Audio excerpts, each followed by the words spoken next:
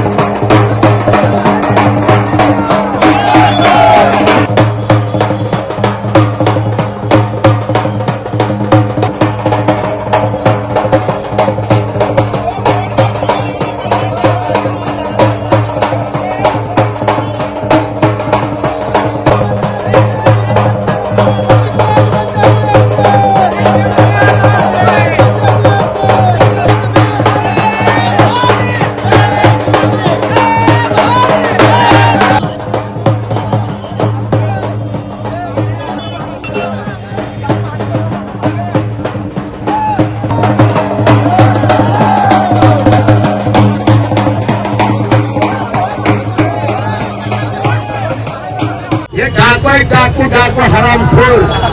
त्या डाकूला जरा ओळखायला शिका अगोदर। त्यानं काय करतंय, त्यानं एक पोलीस आणि एक मिलिटरीमॅन कधीच होत नाही। सगळे शेतकऱ्याची लेकरं बघा, तुम्ही विचारा, पोलिसाला विचारा, त्याचा बाप नाही तर आजा पोलीस असतो। देशावर सीमेवर असणारा पोलीसच आहे, शेतकऱ्याचंच लेकरू आहे।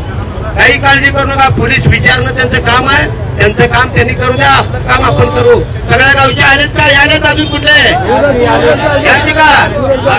15% वाटा असणाऱ्या बळीराजाला दूर करू नका। हे सगळं फडणवीसचं आहे, सगळं दुसरं काही नाही। फडणवीस साहेब प्रश्न सोडव, ऊसाचे पैसे द्या। फडणवीस साहेब शेतीला शाश्वत स्त्रोत करा। अरे कपडे काढण्याचं अजून काय झालं तर कपडे पुन्हा घाला। अरे काय बाबा, अंघोळीला चाललेत काय की पुढ्या मारायला चाललेत काय, असं वाटावं म्हणून काय जणांनी शर्ट काढे, काय फरक पडायला बनवणार आपल्या नेहमी अर्धनग्न आंदोलन नाही, पण आता आपण आंघोळीला चाललोय। पोलीस खात्याचे साहेब लोकांना म्हणले, अरे नाही इथं थांबा म्हणलं, थोडं थांबा, आपण आपल्याला कुठं पुढे जायचं आहे। अजून ह्याच्यानंतर भीक मागो आंदोलन आहे। एकदा नव्या पेठात भीक मागायला निघालो, नवी पेठ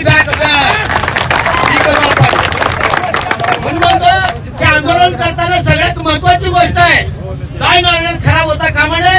त्या देशाचे आपण नागरिक आहोत, आपल्याला कुठल्याही गाडीवरती घरावरती किंवा कुठल्याही आपल्या शासकीय मालमत्तेचं नुकसान होणार नाही, कारण हे आंदोलन आपलं कुणाचं आहे? देवरूपी अन्नदात्या बळीराजाचं आंदोलन आहे। आपल्या अंडू पंडूचं आंदोलन होईल आपलं, हे जगाचा पोशिंदा असलेलं बळीराजाचं आंदोलन। म्हणून सरकारची कृती, आपली मागणी यावर आता आज एक दुपारचा आपल्याला निरोप येण्याची शक्यता बघूया आता काय होत। पण एकंदर परिस्थिती पहिल्यांदा एक गोष्टी शेअर एकच सांगतो, जीव पेरला मातीमध्ये पत्थर छातीवरती, प्रश्न टांगले आभाळाला उत्तर मातीवरती, पहिला पाऊस पहिली दारा मनमन पुलकिती येते, असे वाटते कुणी सांडले अंतर मातीवरती। आणि मोदी साहेबाला मला म्हणत आहे की कुठे कुठे करू आधार लिंक मी, क्षणाक्षणाला होत जाणवलो निराधार आम्ही।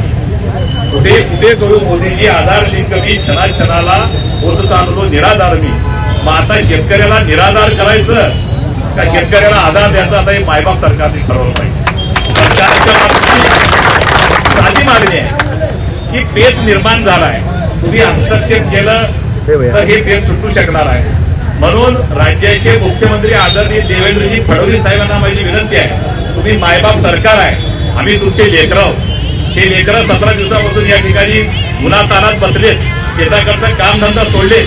तुमच्या एका 5 मिनिटाची जर बैठक घेतलो आणि संबंधित बैठकीला बोत्रे पाटलाला, त्या कारखान्याचे चेअरमन दत्ता शिंदेला बोलावून, साखर आयुक्ताला बोलावून, आम्ही शेतकऱ्याचे प्रमुख 2-3 नेत्याला बोलावून जर ही बैठक फक्त तुमच्या अध्यक्षतेखाली 10 मिनिटात जर बैठक झाली तर तुम्ही फक्त एक बोत्रे पडलेला आदेश दिलो की दत्ता शिंदेचा कारखाना तुम्ही विकत घेतलाय, फक्त त्या विकत घेतलेल्या कारखान्याच्या पोटी 30 कोटीची रक्कम तुम्ही दत्ता शिंदेला द्या आणि ती साखर आयुक्ताच्या ताब्यात द्या आणि साखर आयुक्ताकडून आयुक्तांनी साखर कारखान्याकडून यादी मागून शेतकऱ्याच्या खात्यावर जमा करा. एवढा जर आदेश तुम्ही दिलो तर ह्या शेतकऱ्याचा सारा प्रश्न मिटणार आहे. जयदीप जानकर ग्रुप, जे कन्स्ट्रक्शन यांचे वसंत विहार, जानकर नगर आणि जुळे सोलापूर या ठिकाणी सर्व सोयींयुक्त 1 BHK, 2 BHK आणि 3 BHK फ्लॅट उपलब्ध. आजच संपर्क साधा 98 500 29 966. ऑफिसचा पत्ता जे कन्स्ट्रक्शन, जानकर नगर, वाय चौक, सोलापूर.